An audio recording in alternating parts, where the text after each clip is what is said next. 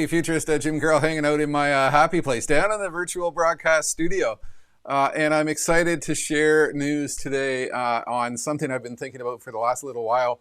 And it directly relates to what I've been doing down here in the virtual broadcast studio. And that is going to be my latest book project. I'm actively starting to piece it together in my mind, pulling together the content. This is going to be book number 40. Many of these books were internet-related books which came out back in the 90s. One was about selling things on the internet, and everybody told me that will never happen. Kind of fascinating to think about.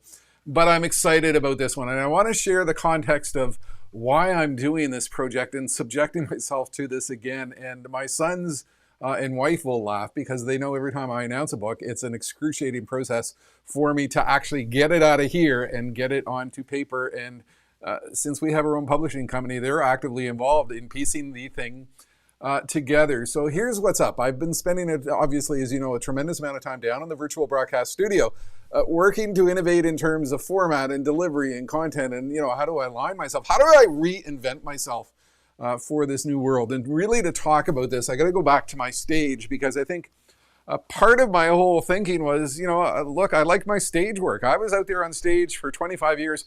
I miss it. I truly miss walking out onto a big, glorious stage. You know, your name is up in headlights and you've got 7,000 people in the room. I truly miss this. But I realize that I'm not going back there for quite some time. And that's why I spent probably about 3,000 hours at this point in time with a lot of lives, a lot of production, a lot of gear, a lot of training, a lot of learning, a lot of mistakes to figure out how to go live. So 3 bits of information that I just shared with my Speaker Bureau partners around the issue that is unfolding here. And the very first is this new book.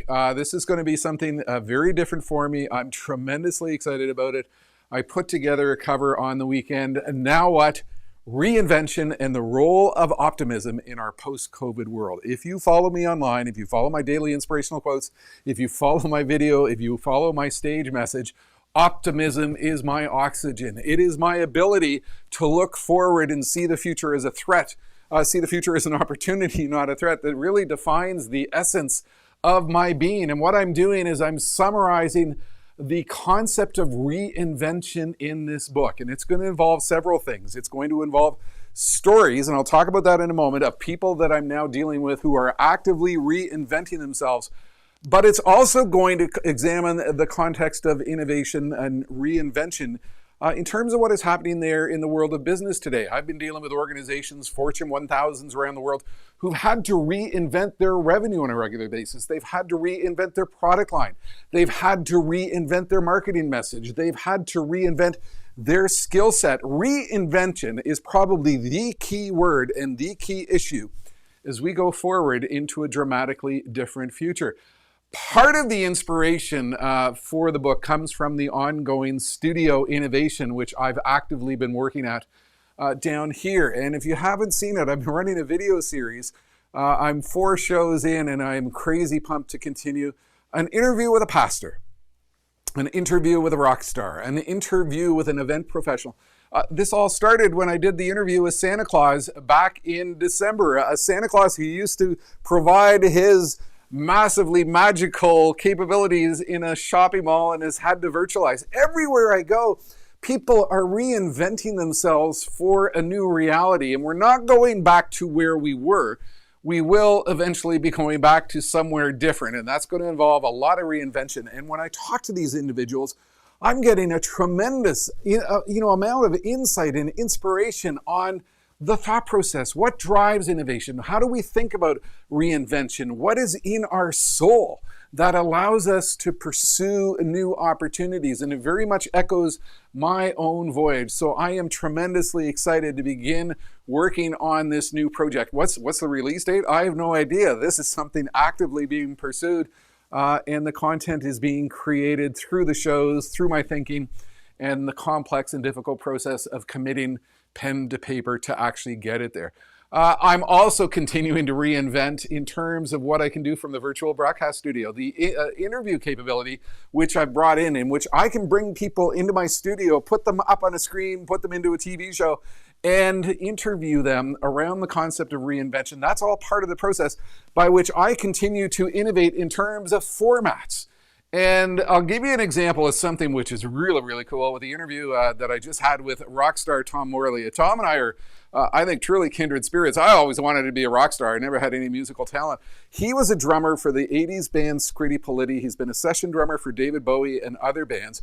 And look, like me, he had a stage life. He used to go around the world and get on stage with team building exercises involving drum exercises, taking a bunch of boring executives and firing up their creativity by virtue of getting them dancing and playing the drums and doing things. And when COVID hit, he too virtualized, went in and built a virtual broadcast studio. And I tell you, it's absolutely magical watching this guy, because he will take a Zoom call. He will take, 500 boring lawyers who are having a virtual conference, and he'll have them all run to their kitchens and get pots and pans and wooden spoons and lead them into a virtual dance exercise. There's something magical happening here. And I'm convinced that individuals who are booking virtual events need to do things like this.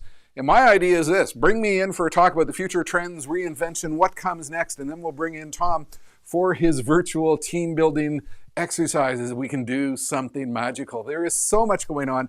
There is so much opportunity. And in line with that, I just interviewed Meeting an Event Professional. This is one of the individuals who puts together those massive conferences, trade shows that you used to go to in Las Vegas and that I used to speak at. And I just spoke to her about what can we do in the virtual space to continue to reinvent? What can we do to accelerate our capabilities? And I would encourage you to go and watch that show as well. So a new book, new opportunities.